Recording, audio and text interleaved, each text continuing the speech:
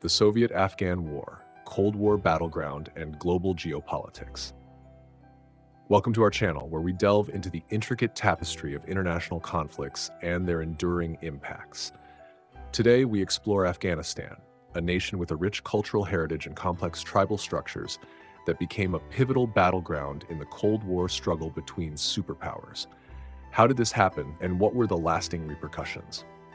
Join us as we journey into one of the Cold War's defining proxy conflicts, the Soviet-Afghan War.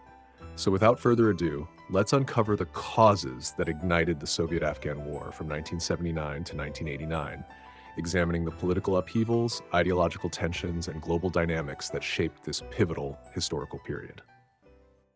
Chapter 1: Causes of the War.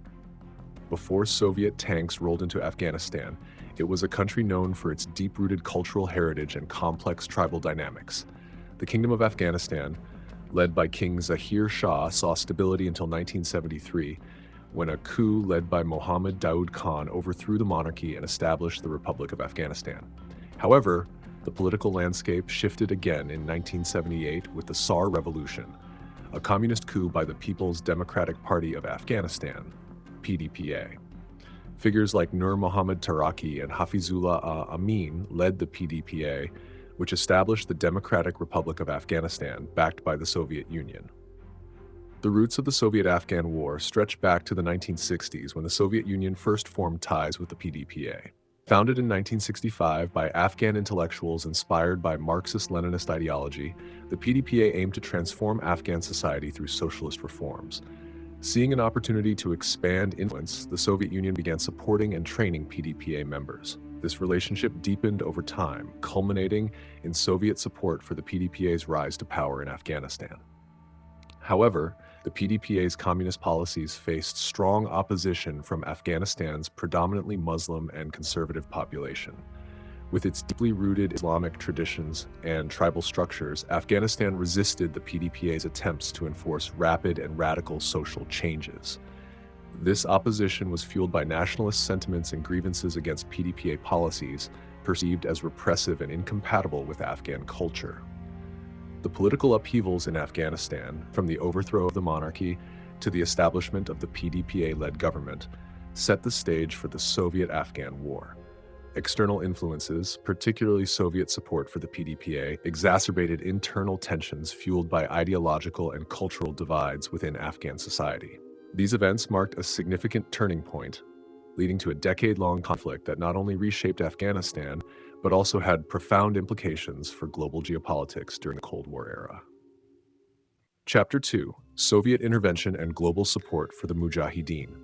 Beyond its local implications, the Soviet-Afghan War became a critical proxy conflict in the broader Cold War context. Afghanistan's strategic location made it a crucial chess piece for both superpowers. The Soviet Union's engagement in Afghanistan was comprehensive. Initially, they supported the People's Democratic Party of Afghanistan, PDPA, which seized power in the Tsar Revolution in 1978. This assistance included military aid, economic support, and technical guidance to bolster the communist regime. Soviet military advisors and trainers were deployed to strengthen Afghan security forces against mounting insurgency. The Soviet-Afghan War involved a complex web of state and non-state actors. The Soviet Union, under the Communist Party of the Soviet Union, invaded Afghanistan in 1979 to support the Marxist-Leninist government of the Democratic Republic of Afghanistan, DRA. The DRA, led by the People's Democratic Party of Afghanistan, PDPA, fought against the Mujahideen. The United States, Pakistan, China, Iran, and Arab states of the Persian Gulf provided varying degrees of support to the Mujahideen, who were the primary non-state actors. Thousands of Arab foreign fighters, known as Afghan Arabs, also joined the Mujahideen, influenced by the ideology of jihad and the struggle against Soviet occupation. Although not directly participating in the war, Al-Qaeda was founded in 1988 by Osama bin Laden, who played a significant role in supporting the Mujahideen and establishing training camps for them. The Taliban, a political group, seized control of Afghanistan after the Soviet withdrawal, and Osama bin Laden used their territory to launch militant operations, including incursions into other countries. Their strategy aimed at securing major urban centers and pivotal regions, while combating guerrilla tactics in Afghanistan's rugged terrain, a formidable challenge. In response to the Soviet incursion, the United States and its allies shifted to support the Afghan Mujahideen, fierce opponents of the communist regime and Soviet influence. Through Pakistan's Inter-Services Intelligence (ISI), the U.S. orchestrated substantial financial aid, weaponry, and training for Mujahideen fighters. The ISI facilitated military, financial, and logistical support from the U.S., Saudi Arabia, and other nations to the Afghan Mujahideen. This aid bolstered resistance capabilities against the Soviet-backed regime and invading forces. Along Pakistan's border with Afghanistan, tribal regions became crucial havens and training grounds for Mujahideen fighters. Chapter 3: The Outbreak of the War. By late 1979, Afghanistan was in turmoil. The PDPA's grip on power weakened as opposition grew, both internally and externally. To stabilize their ally and assert control, the Soviet Union intervened militarily on December 24, 1979, marking the official start of the Soviet-Afghan War. The Soviets swiftly ousted President Hafizullah Amin, who had succeeded Taraki, and installed Babrak Karmal, a more compliant leader. Soviet leader Leonid Brezhnev concluded that the situation in Afghanistan had spiraled out of control and ordered an invasion to oust Amin and restore stability. In December 1979, Soviet troops entered Afghanistan, assassinating Amin and installing Karmal as president.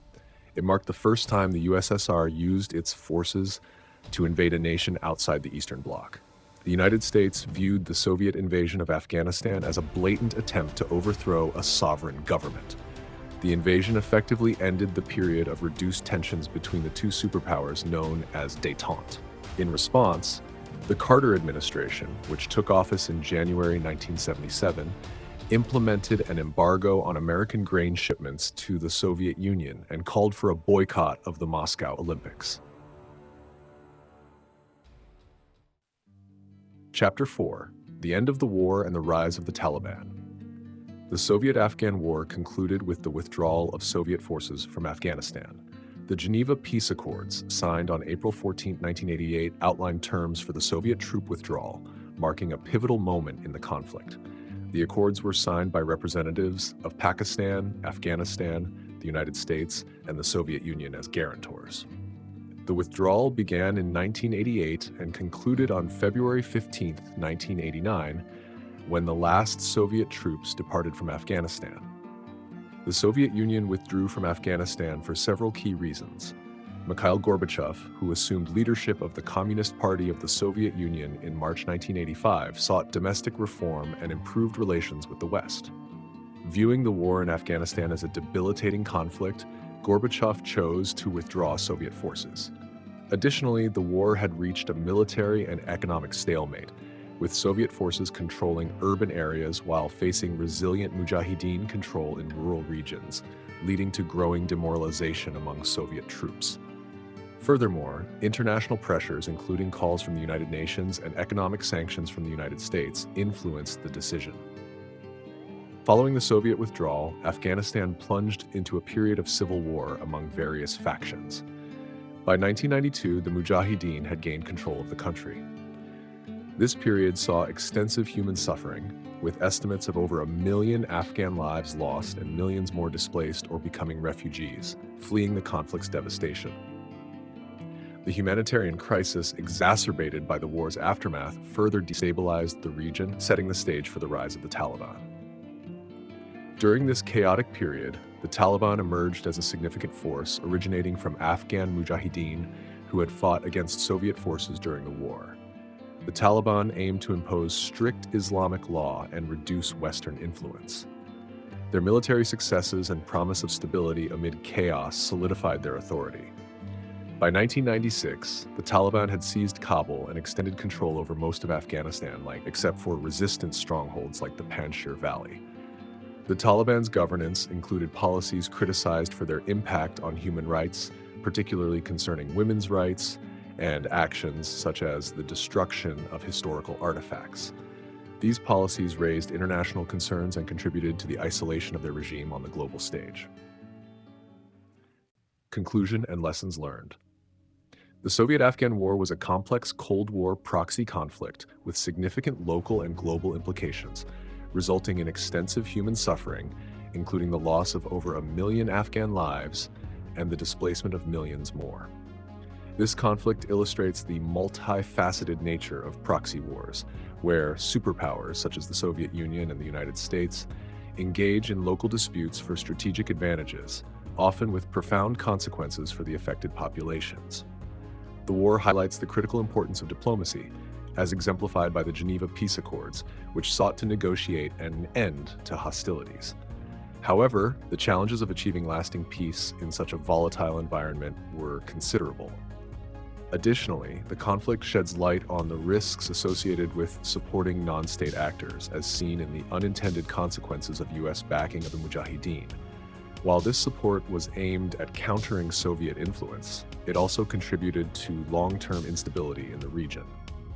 Furthermore, the war underscores the necessity of international cooperation in addressing global challenges, as the implications of the conflict extended beyond Afghanistan, affecting regional and global politics. The Soviet-Afghan War played a significant role in shaping the dynamics of U.S.-Soviet relations and contributed to the eventual decline of the Soviet Union. As a pivotal event in modern history, the Soviet-Afghan War offers valuable insights into the complexities of international conflicts and the critical role of diplomatic solutions. Understanding these lessons is essential for navigating contemporary global issues. Thank you for watching, and see you next time.